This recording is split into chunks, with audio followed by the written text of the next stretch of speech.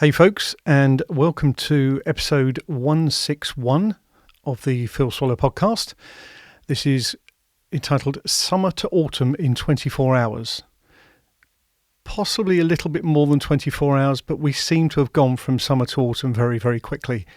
So for those of you who've not seen the show before, this is my supplementary engagement with you all in between doing the videos that I tend to do fairly regularly on my YouTube channel, and a chance to sort of get behind the scenes and tell you some of the stories about what may have happened and what might be happening coming up.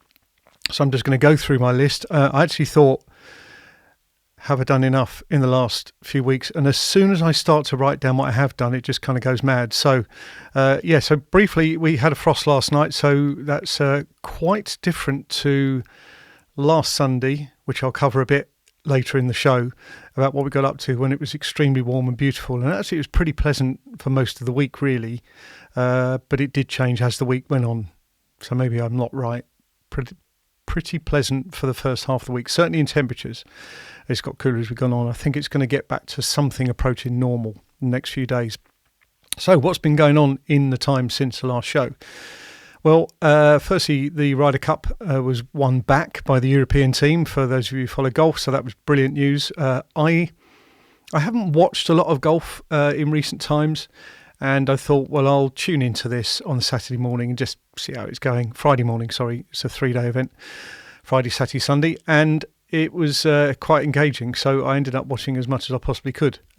With match play, matches aren't decided till towards the end of the match generally, so if I needed to do stuff, it was in the beginning of the session of matches, as I just bashed the table, which you may not have known.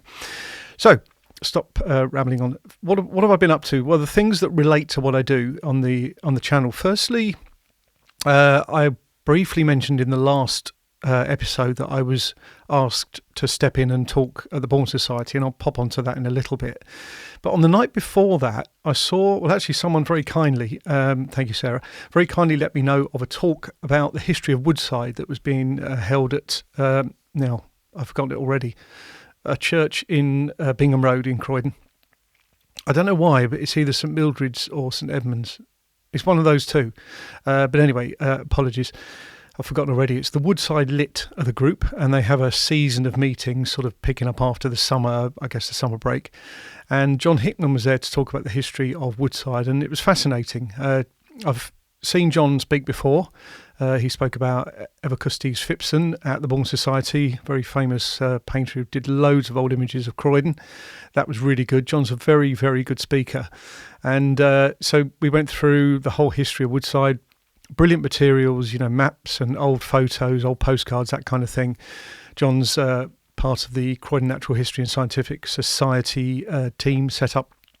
And he does a lot of kind of, I suppose, walk and talks, but maybe not with the video element, whereas I tend to do them as part of a kind of film.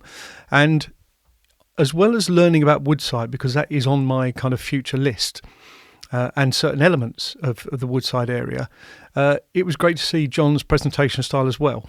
So there's always little things you can pick up, both in terms of the actual slides and slide flow, as well as the actual engagement and presentation you have when you're giving across the information, when you're actually presenting to an audience in the same room.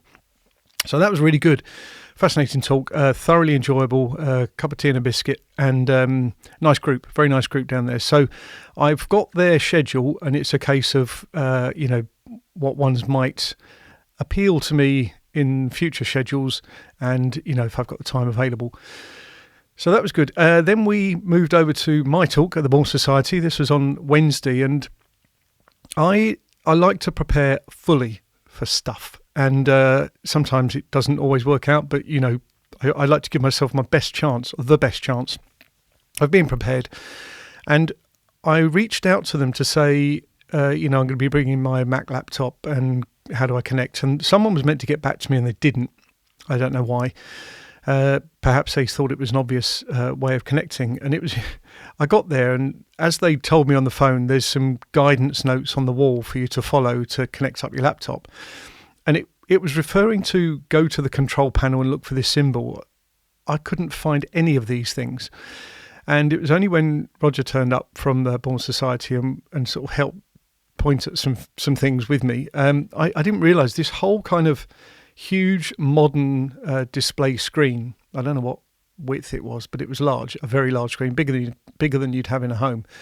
It was actually it reacted to touch like an iPad, like a large iPad, and only when hitting the touch I could say which connection I was making to make sure it joined up, and it did, and the display was brilliant, really nice and clear and sharp. The only problem with those displays is that you can't really use the laser pointer. I don't know if there's an alternative method. It certainly didn't present itself to me.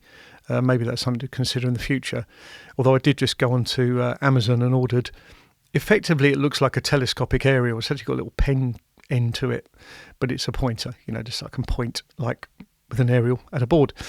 So yeah, it went very well. I was delighted with the way it went. Really good people, really good reaction to how I'm putting my information across. Good questions, learned some information. Overall I was absolutely delighted. Now, when I was setting up there, I got there nice and early, and I noticed at the back what I thought was the layout of a golf course over some very large kind of printouts, a kind of A2 size, maybe A3, A2, joined up. And I looked closer, and it was Causden Manor or Causden Court Golf Course. And there were two images. One was laying down on the table, one was propped up. And on the one that was on the table, it had loads of numbered dot stickers. And it related to some work that people had done to actually map the trees that are on the estate and the types of tree when they were planted and all sorts. And these people, apparently they come over from Essex to do this, really dedicated. And it's all to do with the history of the estate and the Byron family that owned it. Now, what was really kind of weird is that, firstly, I believe they were there because the original speaker was meant to talk about the Byron family at Causden Manor.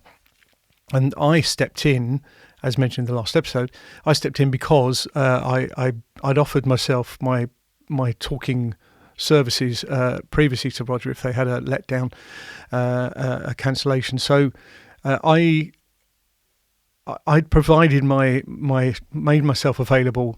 These people perhaps didn't realise that there'd been a change of plan, or they were travelling or whatever, because I think the website wasn't updated for a little while. So anyway, they were prepared to back up the talk that was going on with this information and, the layout of the estate. Now, the reason why I thought this was amusing is that the following day I played golf at Causden Manor, or Causden Court Golf Club. Scored quite well, actually. So yes, to talk about connections. And of course, then I was able to see some of these trees, not that I was able to make too much notice of them. In fact, with my first shot of the day, I put my ball underneath one of them. Penalty shot. So anyway, but that was really good, really interesting. So and a connection with the Byron family. And when we were inside the clubhouse having a cup of tea and whatever afterwards, you can see the original part of the building. Very, very nice. And obviously they've added a lot to it. It's a hotel complex and they've added a lot to it over the years. But essentially it was really, really nice to make that connection. So that was that. And then I decided afterwards that because I'd done 6 talks now this year, a couple planned for next year so far, one in pending, I suppose. I thought I'd actually put a little reference to this on my website, just to show that it's something else that I do. So I did a bit of kind of publishing on there, showing a kind of list of what I'd done so far and the subjects and where, and then what was planned coming up. So that was good. It's something that I'm not, directly marketing on. I'm not pushing it, but I thoroughly enjoy doing it. And I'll always have a few talks lined up to be able to kind of sort of grab and go almost and present should I need to or should I be asked to.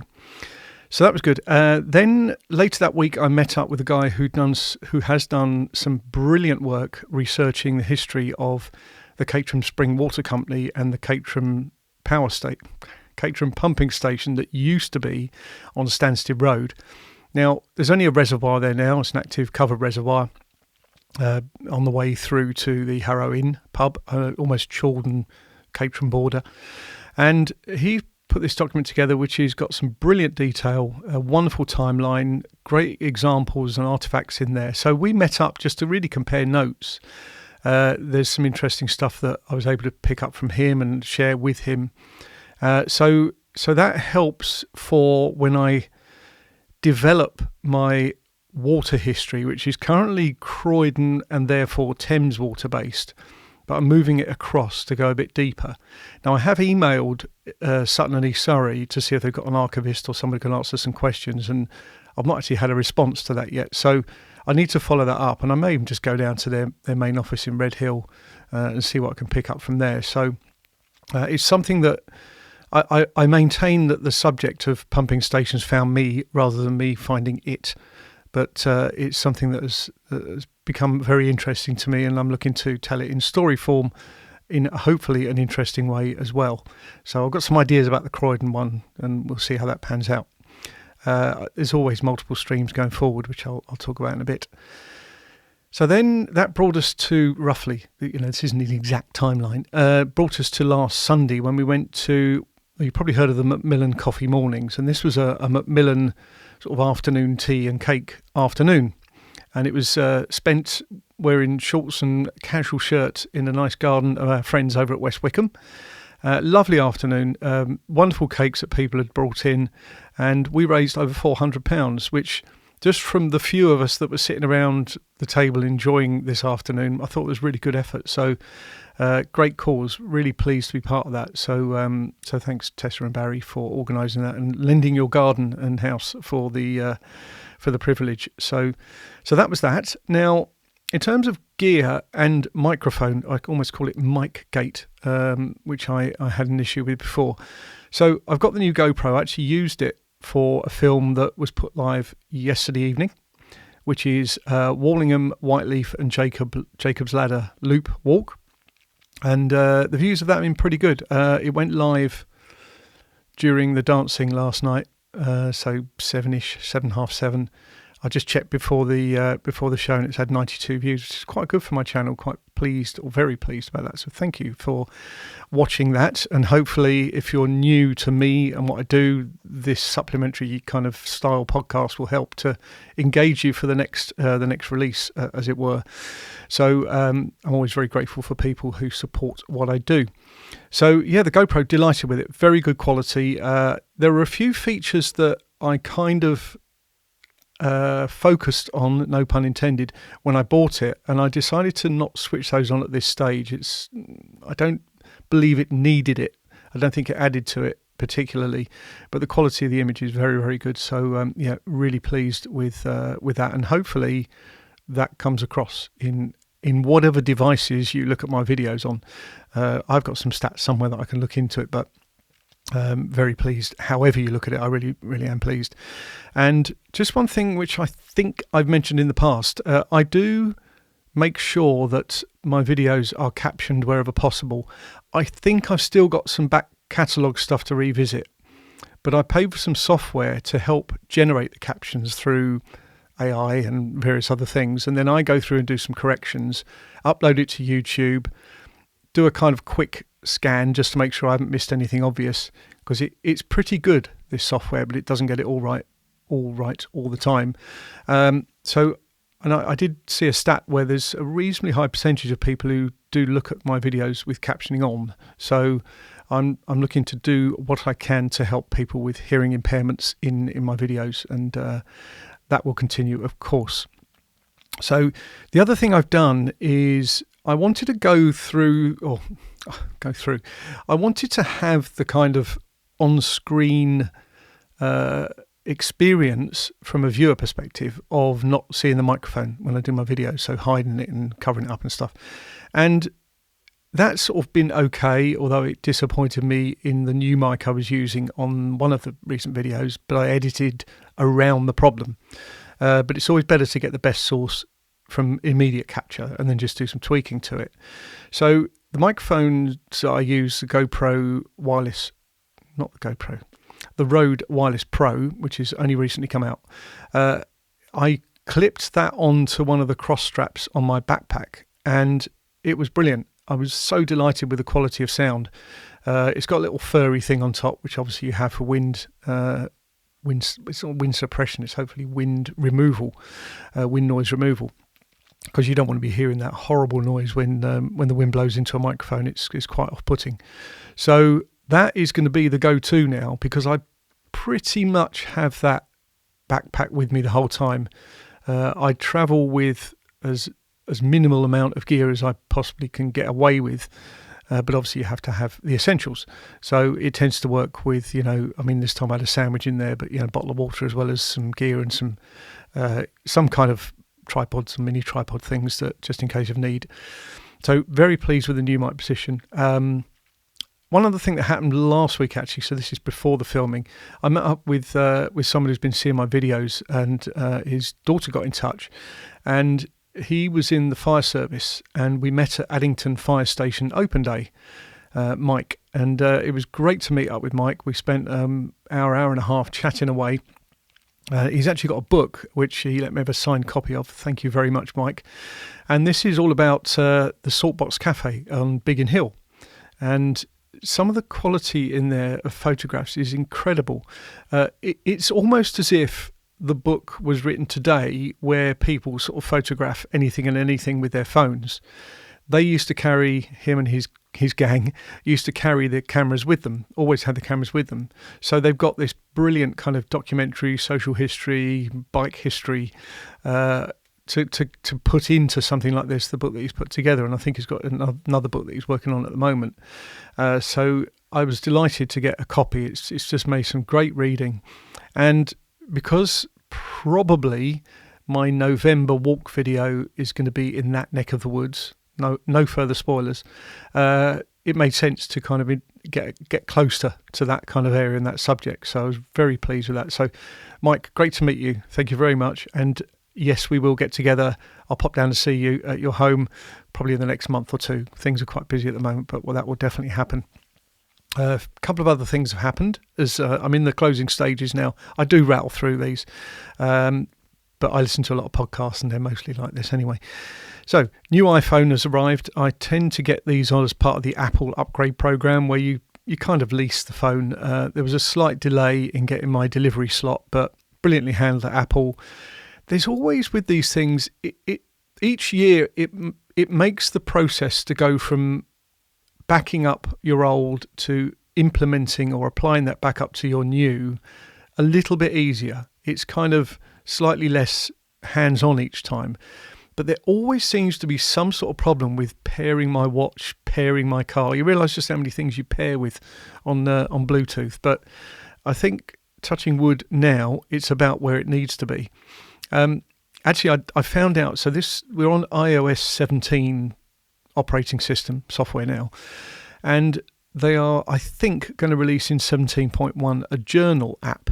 And what this basically does is it captures certain things that you are, where you're going, photos that you might take in those locations over your day-to-day life. And there's also, you can do a kind of health-related one as well, should you need to track your health.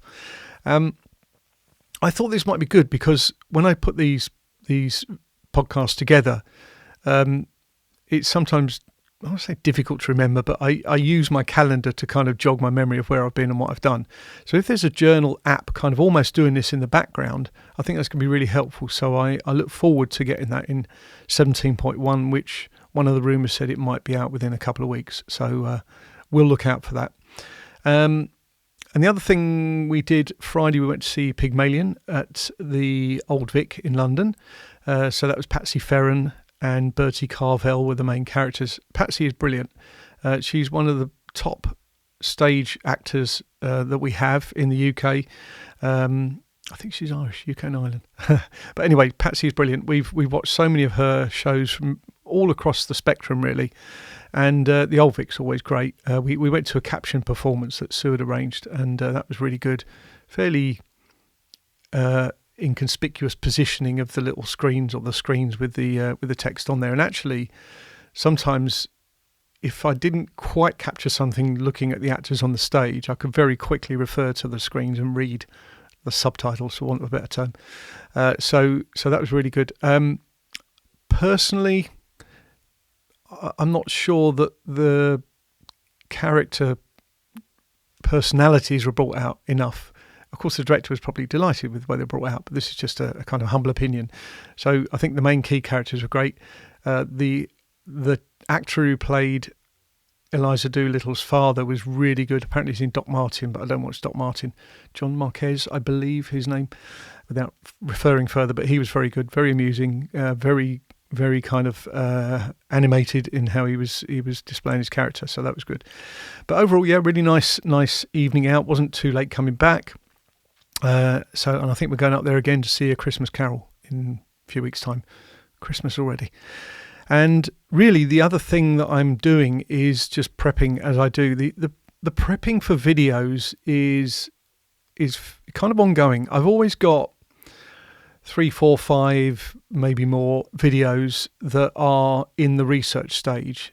At one stage, I actually had a kind of planning spreadsheet for these, but it just got too much of a...